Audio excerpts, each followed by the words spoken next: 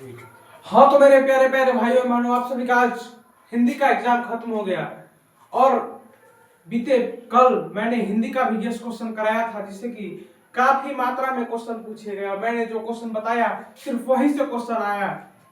और आज हम मैथ का भी ये क्वेश्चन गेस कर रहे हैं, उसमें से हम आपको दावा के साथ कहेंगे कि जितना क्वेश्चन हम आपको आज गेस करा देते हैं उसमें मिनिमम आपका 50 मार्क्स का सब्जेक्टिव होता है, उसमें से आपको 40 मार्क्स, समझ जाइए 40 मार्क्स अपने आप में एक बहुत ही बड़ा फैक्टर होता है। और आज आपका 40 से हम तो ये भी कहते हैं कभी कभी आपका 50 मार्क्स भी आएगा। इसलिए आप लोग को जो बताने जा रहे हैं वो ध्यान से देखिएगा। और देखिए कल का जो वीडियो था वो थोड़ा लेट अपलोड हो पाया। मैंने बताया था कि काफी पहले अपलोड हो जाएगा, लेकिन कुछ तकनीकी समस्या और कुछ मेरे स्वास्थ्य की खराबी के कारण वीडियो थोड़ा लेट अपलोड हो रहा है। और आज रात भर में आप इतना को प्रैक्टिस करके चले जाइए और कल आप पूरा एग्जाम को फोड़ कर चले आइए। और आप कहिए क्वेश्चन मेरे अनुसार से सेट था, क्वेश्चन सेटर के अनुसार से हम क्वेश्चन नहीं दिए। देखिए बिहार बोर्ड क्लास 10 एग्जाम बहुत ही चर्चे में है और आप लोग इसका एग्जाम दे रहे हैं, समझ जाइए। और देखिए इसमें भी जब ऑब्जेक्टिव क्वेश्चन रहता है वो 50 मार्क्स का रहता है और आपको 100 क्वेश्चन दिए हुए रहते हैं। और 100 क्वेश्चन और 50 मार्क्स कहेंगे ऐसे कैसा? देखिए ये इसलिए है क्योंकि आपका 50 मार्क्स का ऑब्जेक्टिव क्वेश्चन है और 100 ऑब्जेक्टिव क्वेश्चन दिया हुआ है, इसमें से आपको मात्र 50 क्वेश्चन ही बनाना है और प्रत्येक क्वेश्चन के लिए 1 मार्क्स दिया जाता है। और आप कोशिश करिए कम से कम ना कुछ हो तो ऑब्जेक्टिव में तो कम से कम मेरे भाई 50 में 48-49 मार्क्स ले आइए, क्योंकि स्टूडेंट का सबसे बड़ा हथियार आपका ऑब्जेक्टिव होता है। और टॉपर बनने का एक ही मूल मंत्र है, आप अपने मूल सिद्धांतों पर कायम रहिए और अनुशासन से पढ़ाई करिए। और आपको बता दें कि सब्जेक्टिव क्वेश्चन जो रहने वाला है उसमें आप सभी को पता ही होगा कि 2 मार्क्स वाले 15 क्वेश्चन का जवाब देना रहता है और आपको दिए हुए रहते हैं 30 क्वेश्चन, जिनमें से किन्हीं 15 क्वेश्चन का जवाब देना अनिवार्य रहता है और प्रत्येक क्वेश्चन के लिए आपको 2 मार्क्स दिए जाते हैं। और वही सब्जेक्टिव में दीर्घ उत्तरीय प्रश्न जो आपके आते हैं वो आते हैं 8 क्वेश्चन, जिसमें से आपको 4 क्वेश्चन का जवाब देना अनिवार्य रहता है। तो आप बताइए कि आपको 8 में 4 देना है, आपके लिए बहुत बड़ा मौका है। और शायद सुनने में आया है कि अगले सेशन से यह दोगुना ऑप्शन को हटा दिया जाएगा। आपके लिए बहुत बड़ा मौका है और आपका भी सोचा टॉपर बनने का है, तो आप उस राह में अग्रसर हैं। और देखिए आपका एक क्वेश्चन है, समीकरण युग्म x + 3y - 6 = 0 तथा 2x - 3y - 12 = 0 का आरेख खींचे तथा हल करें।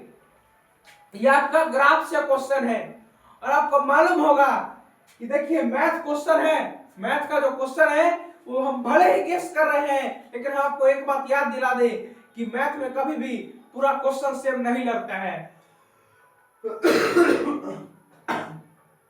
कभी कभी लड़ता भी है, लेकिन अरे मेरे भाई अगर सेम क्वेश्चन नहीं लड़ा तो अंक चेंज करके तो जरूर लड़ेगा, अंक ही तो चेंज रहेगा। और आपको बता दे अगला क्वेश्चन है माध्य, माध्यक और बहुलक।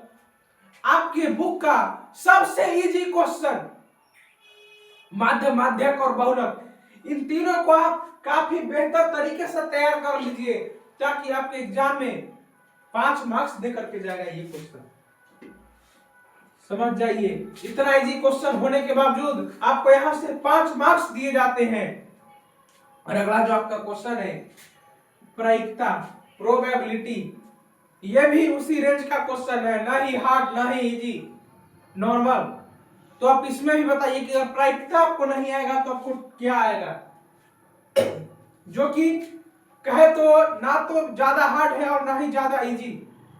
इसलिए आप लोग अगर अभी भी थोड़ा मोड़ा कंफ्यूजन है तो उस कंफ्यूजन को दूर कर लीजिए, और कंफ्यूजन दूर करने के बाद कल जब जाइए तो ये क्वेश्चन आप जरूर बना करके आइए।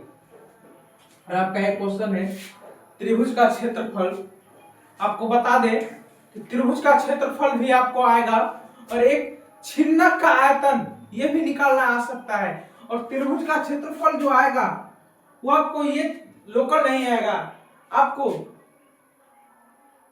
हिरोड के सूत्र से त्रिभुज का क्षेत्रफल निकालने को कहा जाएगा, जिसमें आपको 3 बिंदु दिए रहेंगे और तब आपको क्षेत्रफल निकालना पड़ेगा।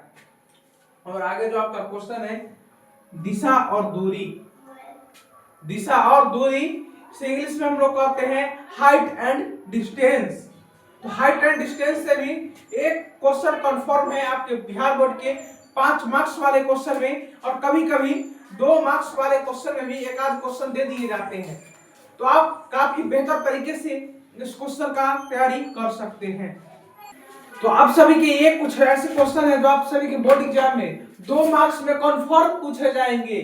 वो एक क्वेश्चन है tan थीटा इक्वल टू 5/12 तो sin theta plus cos theta का मान ज्ञात करें। देखिए ये ऐसा क्वेश्चन है जो आपके बोर्ड एग्जाम में हर बार घुमा फिरा के पूछा जाता है। या फिर यहां दे देगा sin थीटा इक्वल टू 8/7 तो cos थीटा या cot थीटा का मान ज्ञात करें। तो इस तरीका से जितना भी सवाल हो आप कंप्लीट कर लीजिए, क्योंकि इससे लगभग आपको 2 क्वेश्चन बोर्ड एग्जाम में हर बार आता है, और सब्जेक्टिव में भी 1 से 2 क्वेश्चन रहेगा आपको।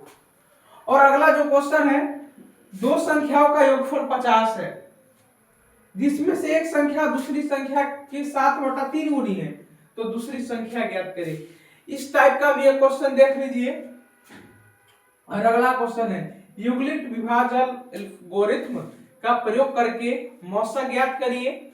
और उसका जो अगला है कि 2 क्रमांक धनात्मक पूर्णांक 365 हो तो दोनों पूर्णांक अर्थात दोनों 2 संख्या ज्ञात कीजिए। और एक क्वेश्चन है cos a इक्वल टू 8/7 तो cot a प्लस या cosec a का मान ज्ञात करें। और आपको बता दे कि ट्रिगोनोमेट्री से कुछ ऐसे क्वेश्चन है जैसे कि प्रूफ करने वाला में tan x plus tan y equal to उसका मान ज्ञात करना रहेगा, या फिर मान कुछ दिया हुआ रहेगा उसका मान बैठाकर उसका मान निकालना पड़ेगा। और आगे है 3, 11, 19, 67 में a11 तथा सार्वंतर d ज्ञात करें। यह आपका एपी का क्वेश्चन है, एपी।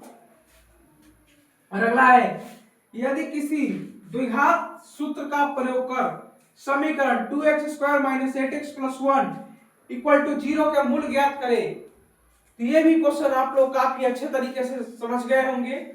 और आपका अगला जो क्वेश्चन है कि यदि किसी समांतर श्रेणी का 5वां तथा 9वां पद क्रमशः 43 और 79 है तो समांतर श्रेणी ज्ञात करें। आप लोग काफी अच्छे तरीके से क्वेश्चन को समझ गए होंगे। और इसमें एक और क्वेश्चन आता है, आपको एपी दिया हुआ रहेगा और उस आपका एपी का योगफल ज्ञात करना रहेगा, या फिर कुछ में nवां पद ज्ञात करना रहेगा।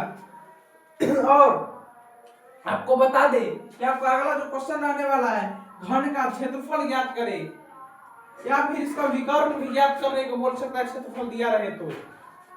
और प्रूफ दैट √5 एक अपरिमेय संख्या है। और आपको बता दे कभी कभी ये ऐसे भी रहेंगे कि √5 + 3 एक अपरिमेय संख्या है, या फिर √3 + 5 एक अपरिमेय संख्या है। तो इस सभी क्वेश्चन को आप देख लीजिए। और एक ये भी क्वेश्चन देख लीजिए कि √4 एक परिमेय संख्या है। इस तरीके का क्वेश्चन हो जाने के बाद क्षेत्रफल से कुछ क्वेश्चन देख लीजिए, क्योंकि क्षेत्रफल से भी 2-3 क्वेश्चन आ जाते हैं, और आयतन से भी। ये दोनों टॉपिक को कवर कर लीजिए। और एपी तो आप लोग जानते ही हैं, इसे भी काफी अच्छे तरीके से कवर कर लीजिए। और ट्रिगोनोमेट्री से कुछ क्वेश्चन को आप याद कर लीजिएगा, तब आपका लगभग सभी क्वेश्चन क्लियर हो जाएगा और इससे बाहर कभी भी आपका क्वेश्चन नहीं आएगा।